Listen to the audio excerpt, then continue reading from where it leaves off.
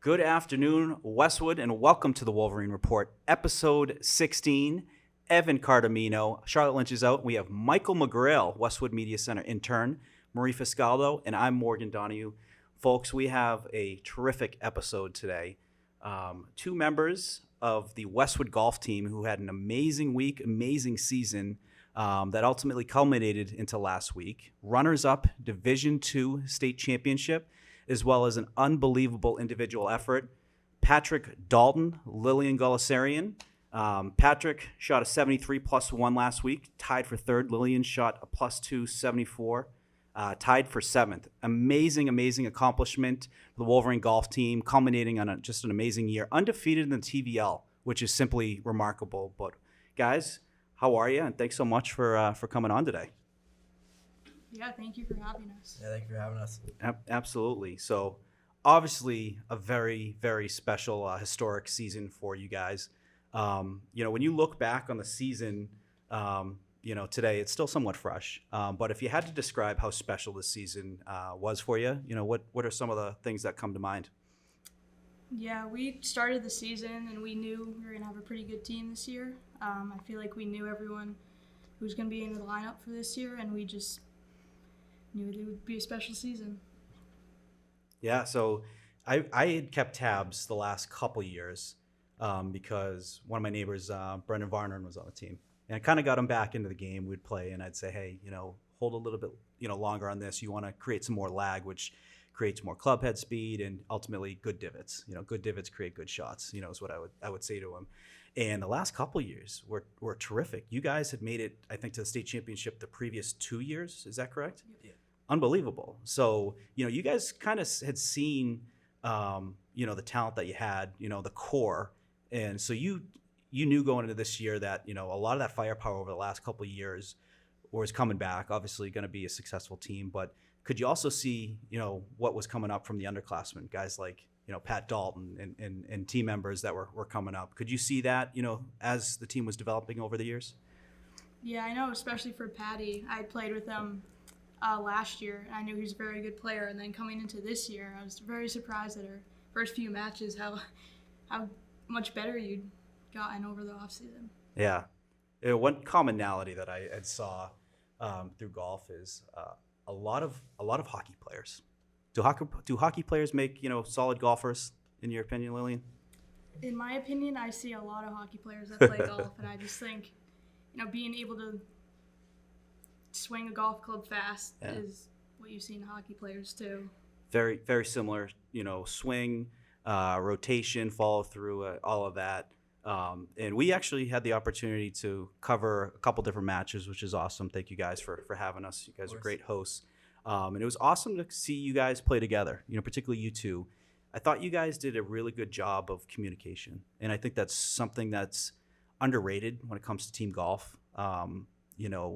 Helping each other out on reads, saying that's a great up and down, small things, but also just certain things that you're seeing. If you take a distance and you see it's 135, but colder air, or, maybe there's a wind you don't see, just an additional swing thought there goes a long way. Like, talk a little bit about the rapport that you two had. You guys played a lot of golf together, and how much did you rely on each other to help, cover your blind spots on certain shots and to really bring out your best game?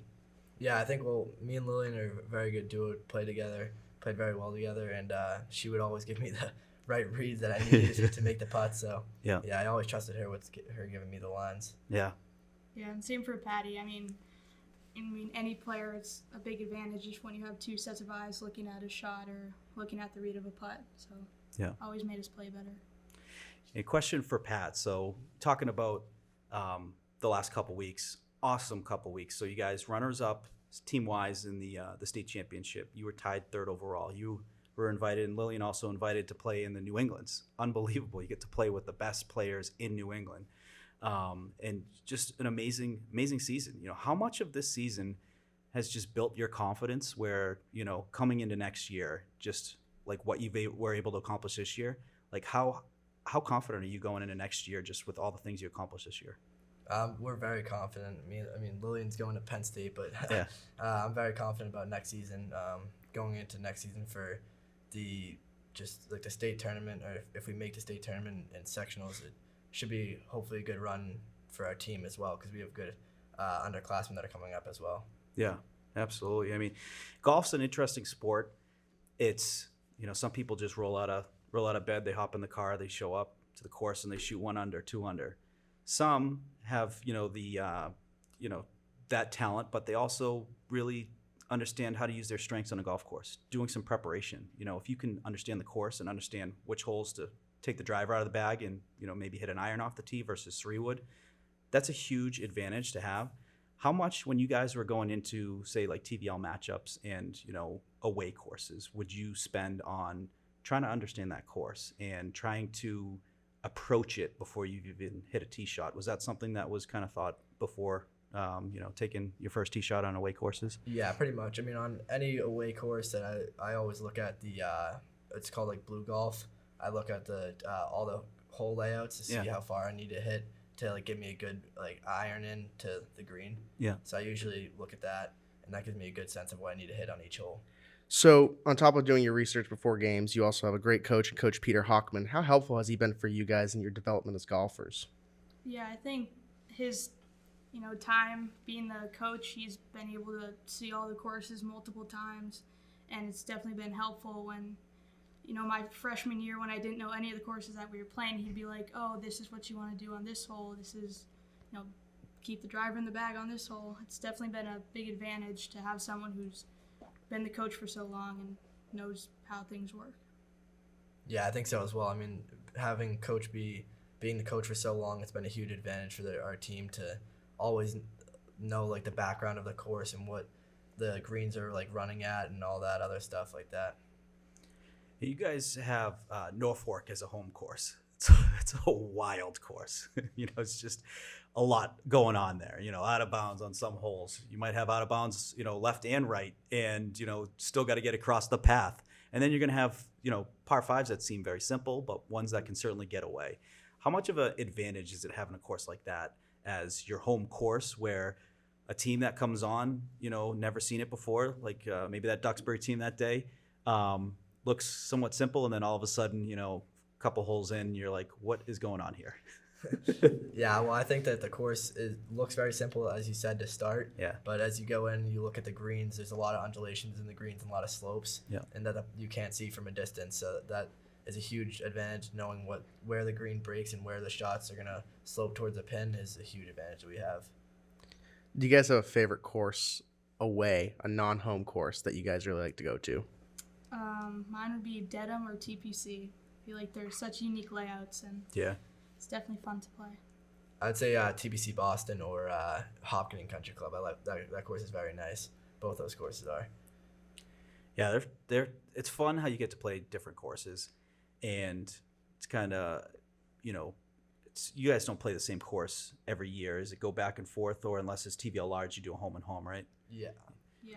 And speaking of which, what's the rivalries like? I know Medfield has always been, up at the top of the list. Are they still that big rival when it comes to golf? I'd say, honestly, Dover Sherman's a bigger Really? rival now. Yeah, that's right. For us. I saw, was there a Dover player that was top 5 yesterday? I thought I saw one. I might be wrong, but I thought I saw Dover. I don't think it said Dover Sherborne, so it might have been where they're from. But yeah, they won the state championship last year, right? Yeah, they did. And did they have the overall state champion winner as well? Yeah. I think so. Yeah. That's pretty impressive. So interesting. So they passed the torch to be that kind of the number one rival. Yeah. Awesome. And the guys obviously beat them. Did you play them twice this year or just once? Because the TVL, twice. Yep. That's huge. And Medfield twice too. So that's what a season to do that against those tough teams. Is there, so when you're going up against like them in a rivalry match, what's that kind of dynamic like? Is it quiet? Is there kind of no conversation going on because you want to stay focused and obviously you're dialed in, or will you have a conversation with your opponents on a rivalry team like a DS or a Medfield? Yeah, I definitely think there is conversation, but there's also a lot more emotion. Yeah.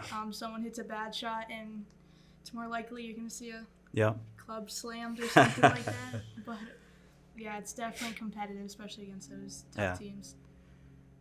Do you like to show emotion out there? Like if you make a big 30-footer, say for birdie, double breaker, are you going to give it, a little tiger fist pump, or are you just waiting, get through the 9 holes and celebrate more towards the end? I'll give it a little fist pump, but not a tiger fist pump. Yeah, just a little. Unless it's for the state championship, then I might give it a tiger fist pump. So not a Ryder Cup discount fist pump, yeah, but a just a subtle, yeah. Nice. How special was the senior class?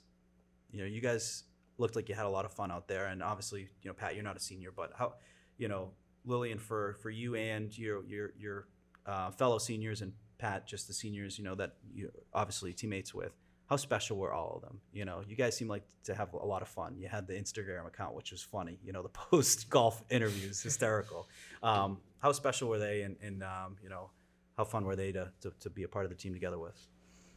Yeah, definitely very fun. I feel like a lot of the seniors were in our top 6 in the lineup, so I was able to play with all of them and play with them the past couple of years. So it was definitely fun to have a final season as successful as it was. Yeah, I think so as well. I mean, I've been playing with those kids since I've been pretty much in high school or in middle school. Sean Blomquist, the kid I've been playing with pretty much all season. He's been my childhood friend. We're next door neighbors, so yeah, it was nice playing alongside him the whole season, and Lillian as well. That's awesome. Golf's a special sport. It's kind of some of my favorite memories are on the golf course playing with my dad. Just playing around the world. We've gone over, played Ireland. We've played, a bunch of different courses. Seeing him chip in, and laughing about it. Where if it didn't hit the pin, it was going to go 40 yards by the hole. Those are funny stories. And he taught me the game, and I'm so thankful. So thank you, Dad, for teaching me this wonderful game that I continue to play and love. Who taught both of you the game? And, what are some of your earliest memories of the game of golf? Was it starting on playing mini golf, or was it, kind of who, what, where, when, why? My dad set me up with this golf coach, Jimmy Norris, out of Dedham Country Polo Club. Yeah. And he was a big part of why I'm the golfer I am today. Yeah. He definitely helped me with my swing and mechanics since and my dad started me young was a huge part. Yeah. Like the mechanics of starting young is a huge part. Oh, big time. It goes a long way. Big time. Yeah. I remember my first golf experience was at Ponkapog, actually. I took it was called the Little Duffers Camp over the summer, me and my brother, and it was just introduction to golf, but I remember going again the following summer, and that's really where I fell in love with the game. That's so funny you mentioned that. I learned the game from camp at Ponkapog, and they would bring us out to the driving range, but on the other side. Yep, that's what so we'd be playing grass. They had a little trap kind of in that area. We'd have lunch in the clubhouse. Then we'd go back out, and then we would go play 9 or 18 after. Sometimes we'd play 36. Did you guys have those kind of memories as a kid where mom or dad would drop you off of the course, you'd play 18 with your friends, sometimes you'd go around, do another loop, and they'd pick you up at sundown? Yeah, they'd drop me off in the morning, and my mom, with my friends, and my mom would drop me off, and then she'd still be at work by the time we finished up 18, so we decided we'd go back out for another 18. Yeah. So, yeah. Yeah, I definitely had the same experiences with my brother. And before Blue Hills at Ponkapog, we'd play all those courses a bunch of times. Ponkapog's a special place. It's kind of where I learned the game. It was $100 for a junior membership back then, and you could play all summer. So, you had to show up at 5 a.m. on March 15th, and it was a long line in that parking lot. My parents got it for me and my brother, so very thankful for that. A lot of fun memories there. And Don Ross course, it's amazing layout. Might not be in the best shape, but it's still golf. It's still a lot of fun. Mention your brother. How special is it playing with him? And obviously one of your biggest supporters as well. How cool was that? The last 4 years. It's just been incredible. I've been playing with him since I learned how to golf. So to be able to start golfing with him and then continue our career at Westwood and wherever after has been really special. That's awesome. Yeah, it's a family sport, and even for professional, I do a lot of golf with customers, and a lot of it's just a sport that brings people together, and there's so many great memories that come up from playing with some of your best friends. It's a unique sport that I'm so thankful for. Want to ask about what's in the bag.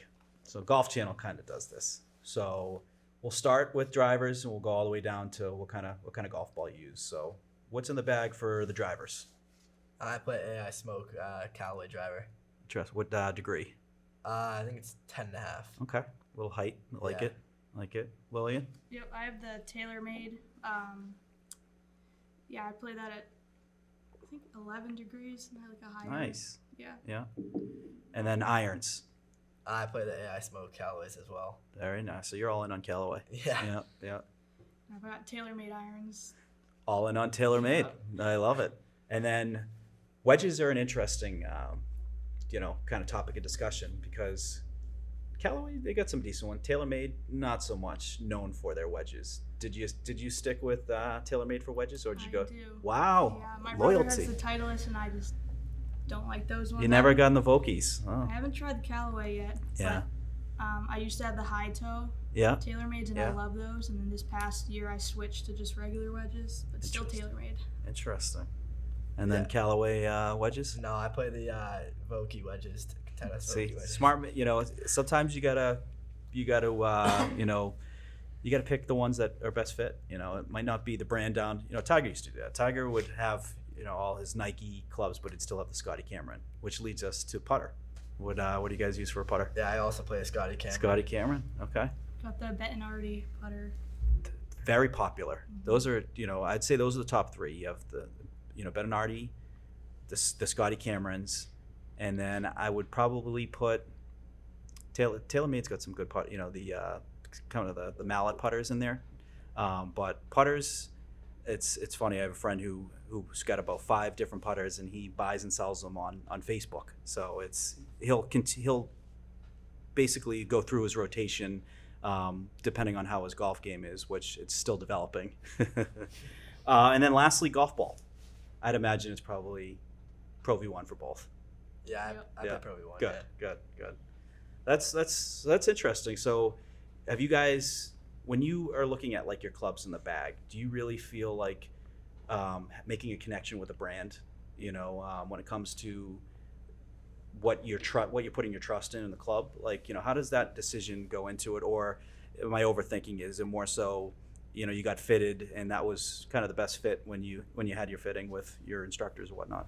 Yeah, I think the fitting. I also did the fitting route. I did my coach Jimmy Norris, and he thought that I was hitting the Callaways the best. He puts like the tape on the club and sees where the ball striking is the best in the club face, and I struck the Callaways the best. So that's why I chose Callaways. Yeah, I also feel like getting a fitting is probably most beneficial. Despite having all the TaylorMade, I did have a Callaway driver just like a year ago. No kidding. Wow. Wasn't my favorite. Yeah. Didn't feel like I was hitting it as solid as I could. Yeah. So TaylorMade was probably the best. It's golf when it comes to tips is kind of funny. There's always, I feel like less is more sometimes in golf. So like when we can overthink everything in golf. You could literally have your head spinning with thoughts. And I think the goal is to have no thoughts, to trust your instincts, hit that ball, and have a repeatable process. You do the same thing over and over, and it's positive. What would you say if you have 1 or 2 tips that just helped kind of simplify your game? For example, one tip that I learned, I was out in Hawaii playing with the Virginia Amateur Champ, and I had an intermediate bunker shot, so I had like 150 yards, and I'm like, I hate this shot because I always hit it fat. I can never get the right distance. And he said, it's simpler than that. He said, look at that ball, pick a dimple on the ball, and hit it thin. When you pick a dimple, you're not focused on coming down and hit it like a fairway shot. You're just trying to hit it thin out of the trap. I did it. I hit it pin high, and I was like, wow, golf's an easy game. What kind of do you have any tips like that for certain shots or just certain things that were told to you and it's still in your head today? With how you approach. Yeah, I have a more mental tip. It's when you're standing behind the ball, you're obviously going to be thinking about your shot, thinking about, oh, what if I miss this right, pull it left. But once you walk up to the ball, and I like to imagine it as like a box. Once you get into that box, just don't be thinking about any of that. Wow. Just step up and hit it. That's why people often say I'm a fast player, but that's because I don't like to stand over the ball and think for too long. You're dialed in, it seems like. So like when you're approaching that, when you're gonna walk up to that shot, you're trying not to think. It sounds like. Yeah. So I mean I've practiced enough where I know I can hit the shot that I'm meaning to hit, and if I chunk it or pull it left, it's not the end of the world. I know the next shot I can go up and hit an even better shot. Love that. Yeah, I think also I have a mental tip of just not overthinking your swing and just trusting your swing is a huge part, especially in tournaments.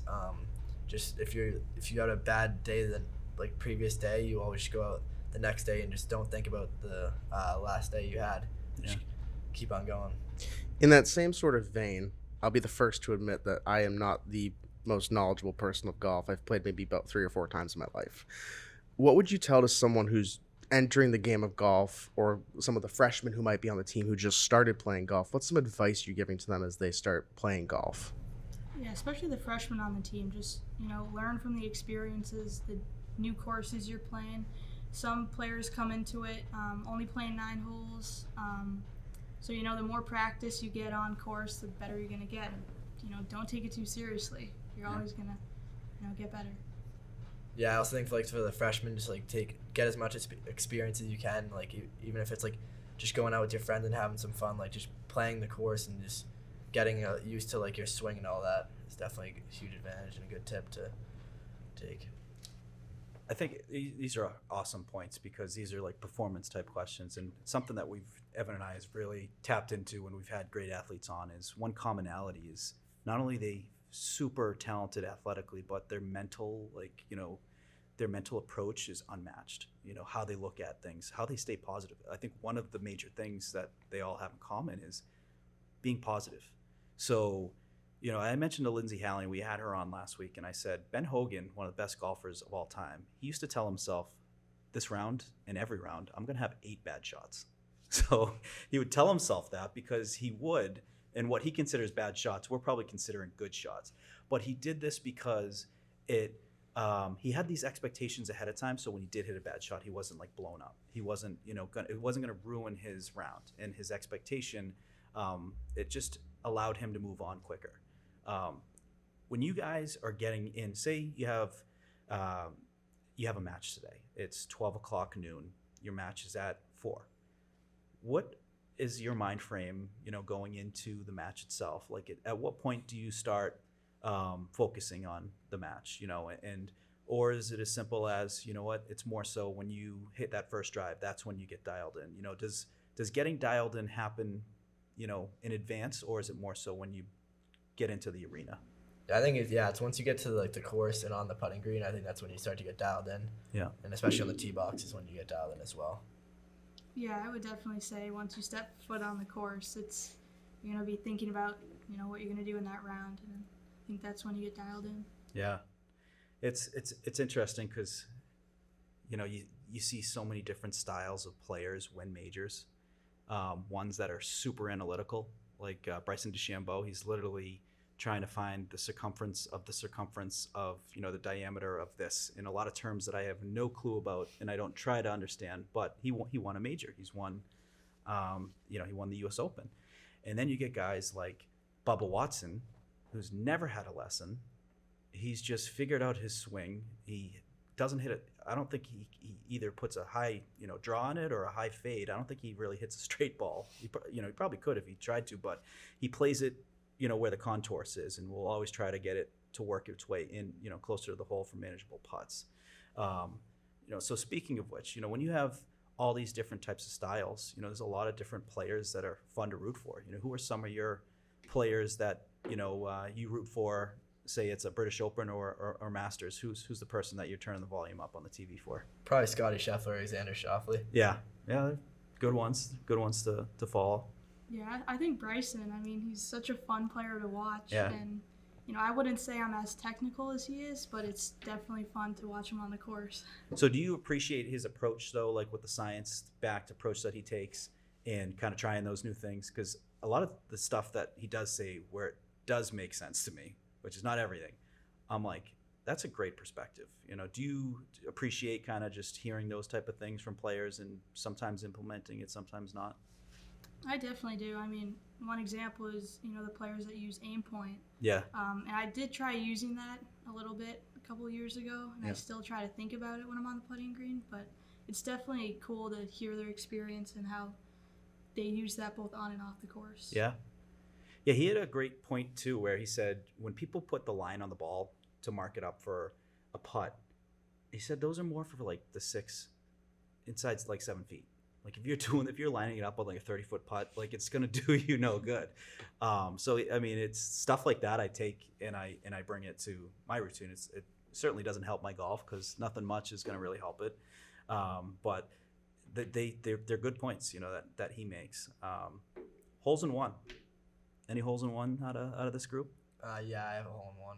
There we go. Where and when? Brook Meadow was about, like, I think 3 or 4 years ago now. Nice. Okay. I had my dad and my 2 brothers. Both my brothers were on their phones, and then they heard me and my dad go absolutely nuts and start running around. The phone's ruining the experience. So do they try to call you out saying that they never saw it, so they don't believe it, or is it they take your dad in your word for it? They take my dad's word for it, not mine. Trustworthy guy. Yeah. And Lillian, you had one, I believe, in competition. Tell us about that. I did, yeah. Last year's women's Mass Am at Dedham, it was the 4th hole, the par 3 up the hill. Didn't even see it go in, but heard the screams from behind the green. So it's unbelievable. It's hole in ones are some of the most unique thing in sports because there's professional golfers that don't have any. And then there's some that have like 15, 20, it's crazy. I don't have one. So it's something I'm working on. It's on the top of my goals list. When I do my goals for each year, hole in one is, certainly in the top 5. Does mini golf count? Mini golf, at some point when I don't have it and I'm getting closer to like, where I have to, age-wise, where I have to stop, I'm going to start counting the mini golf ones. So Lillian, you are going to be attending Penn State next year. Awesome. Congratulations. Talk us through kind of that recruitment process and what ultimately, were some of the big things that made you choose to be a Nittany Lion. Yeah. So I started pretty early with the process. I was sending out my emails freshman year just to, get my name out there, get on the radar with some of these coaches. And then once the coaches could start responding back to me, before my junior year, there's probably a few schools that I was, looking at that would have loved to go to. And then I was talking with the Penn State coach, and, she was a new coach there. So loved her, excitement going into this season. She wanted to do so much with the team. You can already see that happening. And then I went and visited Penn State, fell in love with the campus. All their practice facilities, the courses right on campus, and then being able to travel to so many great places that they do. I just can't wait for next year. That's awesome. Great school. I mean, you're going to have no shortage of fun sports to watch live. Great conference, Big Ten. Amazing conference. What could you tell for young athletes, say young golfers, that are at Westwood High School, that want to play golf at the next level? What can they do to get on the radar of coaches? I mean, sending emails freshman year, that's awesome. I think a coach loves that because they love, the persistence. This is someone who wants it. This is someone who is being proactive, and that's what I want in someone who's going to attack the course. What are some things that, that you think would be beneficial for any kid that wants to play that they can do, to help their chances of playing at the next level? Yeah, so definitely start reaching out early. I mean, it might seem hard because for those first couple years, the coaches can't respond back to you, so it might just feel like you're not getting anywhere, but you are. You're showing them what type of player you are. You're getting your name out there. And then, kind of later, just make sure you're playing tournaments where the coaches can see you. It doesn't have to be your best tournament. You can go up and blow up in one round, but if you show the coach that, I'm going to come back the next week and I'm going to put all I have out there on the course, and they definitely love to see that. Love that. We saw some great shots out of you guys. especially, or both days, the Duxbury day against Duxbury, and then also the tri match. It was like Millis and Dedham, I believe. If you had to go back to this season and pick, like, what was your most rewarding shot? Didn't have to be a birdie, just something where it was like, that was like, if you had to give a full celebration, that would be the shot for it. Is there one that sticks out for that? And then I am going to ask what's a shot that got away that sticks out as well. So we'll start with the positive one. I think mine, actually think you guys were there for that one, was the downhill par 3. I was in the sand on the left, and then tough shot, put it behind the green on the fringe, and I had a downhill, like 15-foot putt for par. I think, making that one for par is definitely more rewarding for me than a birdie, because it just shows, there's no pictures on the scorecard, but it's definitely pretty rewarding to get the par on that hole. That shot was absurd. And great. I'm glad you say it, because we'll put it on here, Evan. But you were off to the left. You were in no place where anyone wants to be. The rough was covering the ball, so it's like one of those, you kind of almost have to step on the ball to find it. So you got it out, which is impressive, because it can go one of two things. It can stay there, or it can go fly over the green. You rolled it, kept it, I think on the fringe, and that putt downhill was so difficult, and it went in, and we're just like, should we celebrate? Should we not? We trying to be partial out here, but it was pretty impressive. Pat, shot that you had that sticks out that you remember from the season? I think one of them was against Hopkinton. I was at Hopkinton, yeah. And I was on the cart path, and I decided to stay on the cart path, not my ball, but really? Just my feet. Oh, okay. So, yeah. But it would have caused me to slip yeah. a little bit, but it would I could at least get it under the tree and onto the green, and I got onto the green and hit a great shot, so I was very excited about that, but I did slip. So a little stinger type shot. Yeah. Keep it low under the tree, and then work its way. That's a very impressive shot. And part of golf is you got to be able to laugh at yourself. There's some holes that get away. Sometimes we get a quad every now and then. What's a hole that might have got away that you can still laugh at after the season? I definitely think one was at TPC. It was a 5th hole. Yeah. I was tough hole. Yeah, I was 3 under through 4. Yeah. Wow. For that round, and then it was the par 4 going uphill. Yeah.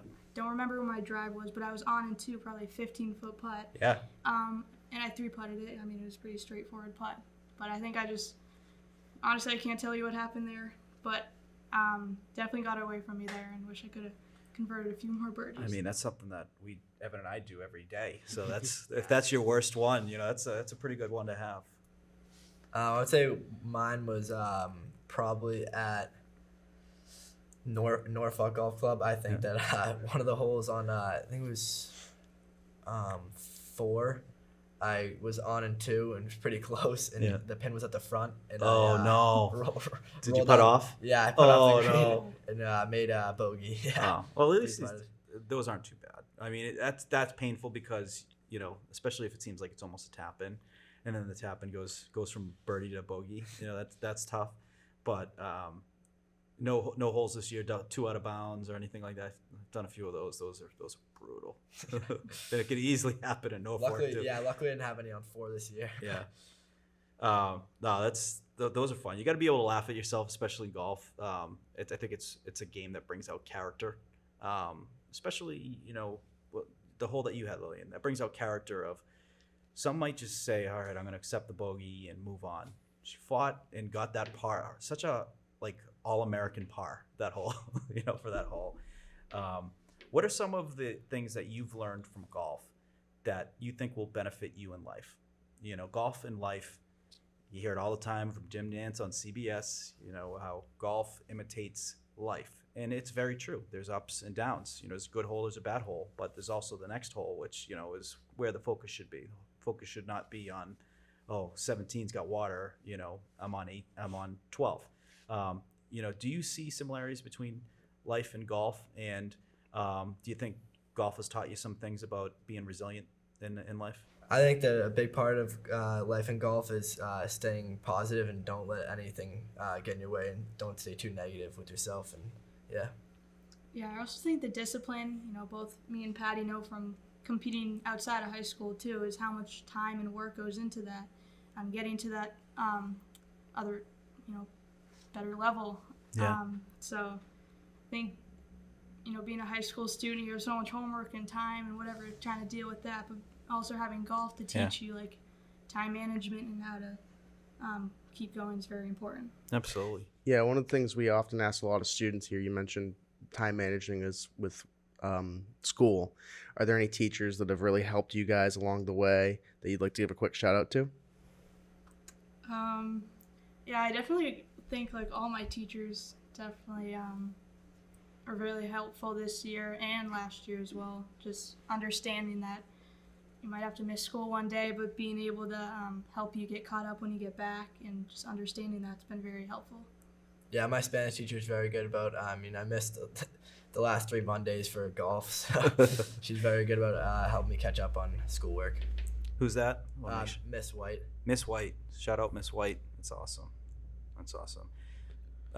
Hypothetical, or not hypothetical question, but analytical question about golf. So, and want to get your thoughts on it. Can't get to the par 5 and 2. We always want to get up the par 5 and 2, but sometimes there's those 550-yard par 5s where it's just like, just gonna play this one smart. What is that go-to distance where it's your wheelhouse, your sweet spot that you're gonna lay up to where you're going for that birdie? I'd say around like 80 yards, because that's my like 60 degree, or like 85 yards is like a perfect number for me. I love that number. Interesting. Yeah, I would say 95 to 100 is like a 3/4 sand wedge. Yeah. I feel like I can get that really dialed in. Yeah, I mean I would say 100 for me. I want to have a full swing because I like the knockdowns, but every now and then they catch them a little thin and they're flying the green, and that's a tough up and down, and I'm already thinking double. I'm probably already writing it on the scorecard. But last couple questions, in terms of like the memories that you guys had this year, big wins, obviously went over every single TVL team, very impressive. Big win, sectionals, did awesome there as a team and also individually, and then the state championship did awesome individually and also as a team. What outside of those, what are some of the memories that you're gonna take? Is it bus rides with the team members? Fun times, the practices. Is it, what are the things that stick out that you're gonna remember the most? Yeah, I definitely feel like practices at Brook Meadow were always so fun. It's not as competitive as a match, so you definitely get to have fun while doing what you love is play golf. It's definitely to remember that. Sorry. I think practicing at Brook Meadow is also the best memories I have on the team, because you're with you get to choose your group, so you're with your favorite kids in the team, and you get to play and just have fun with your team members. So it's a great experience. Yeah, love that.